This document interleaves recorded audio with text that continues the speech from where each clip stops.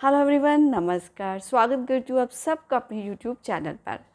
तो चलिए, आज मैं जो वीडियो लेके आई हूँ उसमें एक मैं नई सीरीज़ स्टार्ट कर रही हूँ, एक नई श्रृंखला स्टार्ट कर रही हूँ जो नक्षत्रों पर आधारित है। नक्षत्र क्या होते हैं, नक्षत्र कितने होते हैं, उनके क्या गुण होते हैं, उनके क्या स्वभाव होते हैं और क्या विशेषताएं होते हैं, इसके बारे में मैं आपको बताऊंगी। मैं सीरियल वाइज एक एक नक्षत्र के ऊपर वीडियो बनाती जाऊंगी और आप इस वीडियो को वॉच करते जाएंगे। तो जो नक्षत्र होते हैं वो जो टोटल जो भूचक्र की राशि का जो होता है ना चक्र, वो 360 डिग्रीज़ का होता है। और हमारे पास एक राशि है जो उसको 30 डिग्रीज़ मिले होते हैं। टोटल हमारे पास 9 प्लैनेट्स हैं जिसमें 2 छाया ग्रह होते हैं। तो एक राशि को 30 डिग्रीज़ मिले हुए हैं।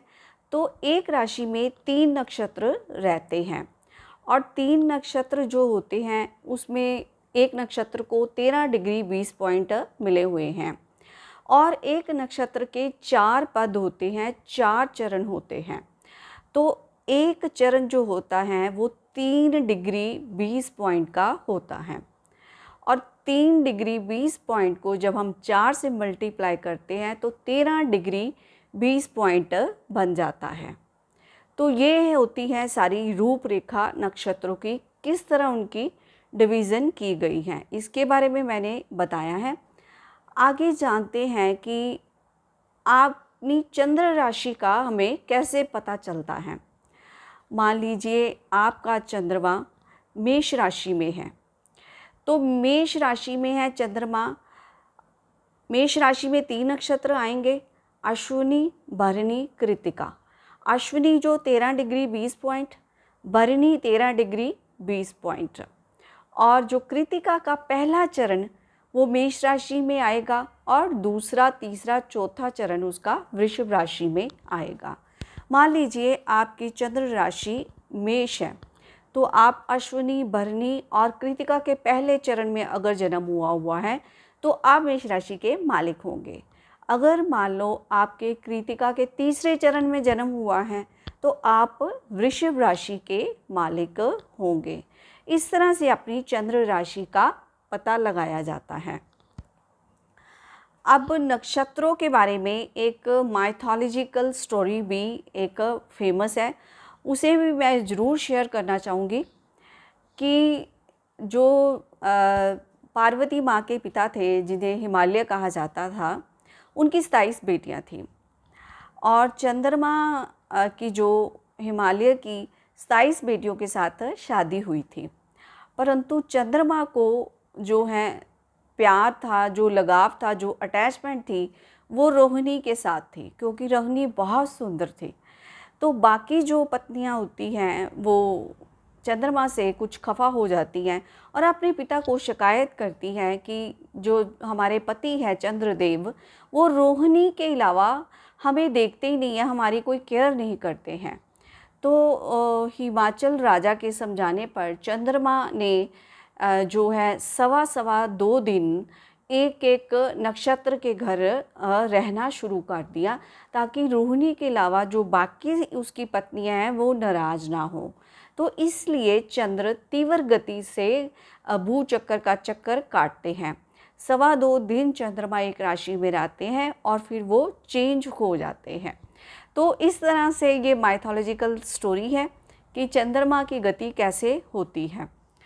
तो नक्षत्र अब बात करते हैं कि कितने होते हैं। तो इससे पहले अगर आप मेरे चैनल पर पहली बार विज़िट कर रहे हो या पहली बार मेरी वीडियो देख रहे हो तो प्लीज़ लाइक कीजिए, सब्सक्राइब कीजिए for motivation and hit the bell icon ताकि आने वाली सभी वीडियोस की नोटिफिकेशन आपको मिल सके।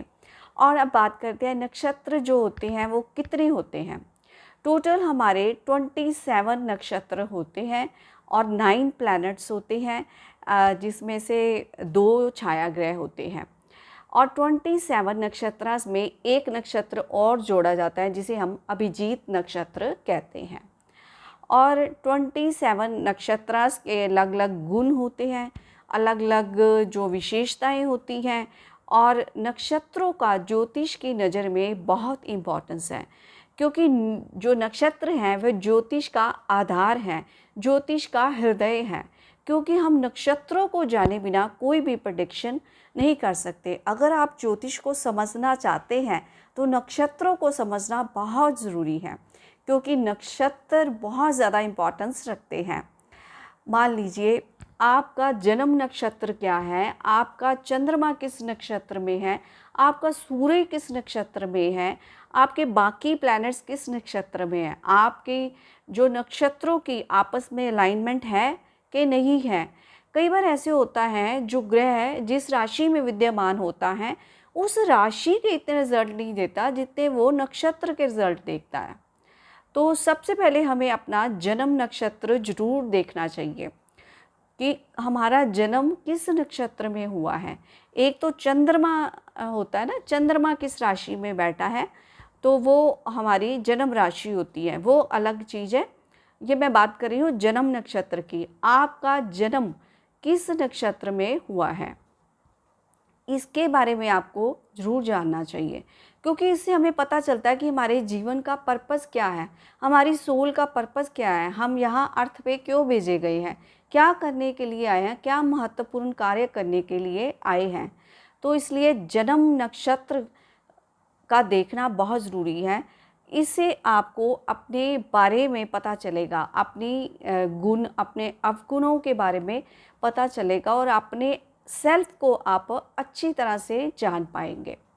उसके बाद हमें अपनी राशि का नक्षत्र ज़रूर देखना चाहिए कि चंद्रमा जिस राशि में बैठा है, कौन से नक्षत्र में बैठा है, कौन से चरण में बैठा है, इसके बारे में भी हमें ज़रूर चेक करना चाहिए कोई भी प्रेडिक्शन करने से पहले। अगर हम केवल ग्रहों और राशियों के मुताबिक प्रेडिक्शन करते हैं तो हम उसकी डीप रूट में नहीं जाते हैं। हम नक्षत्रों को स्टडी करके ज्योतिष की रूट्स तक पहुंच जाते हैं, डीप जो कहते हैं ना स्टडी कर लेते हैं। इसलिए नक्षत्रों को जानना बहुत ज़रूरी है। नक्षत्र जो होते हैं ज्योतिष का आधार हैं, उनको जाने बिना हम कुछ भी ज्योतिष में नहीं जान सकते हैं। तो एक एक करके मैं अगली वीडियो में आपको बताऊंगी कि कौन कौन से नक्षत्र हैं।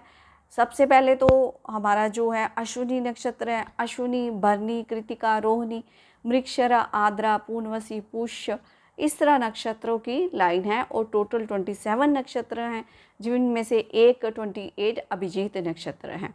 हमें अपने 9 प्लैनेट्स जो हमारे बैठे हुए हैं जिन राशियों में, और वो प्लैनेट कौन से नक्षत्र में बैठा हुआ है उसको हमने देखना है, और साथ में हमने अपना लगन का नक्षत्र भी देखना है। टोटल हमें 10 नक्षत्र चेक करने हैं। तो आप वेट कीजिए कि आपके नक्षत्र की कब बारी आएगी, क्योंकि मैं एक एक करके हर नक्षत्र के ऊपर वीडियो बनाऊंगी और आप इसे देखते रहिएगा और उतनी देर तक आप वेट कीजिए और मेरे साथ ट्यूनिंग बनाकर रखिएगा। Thank you so much.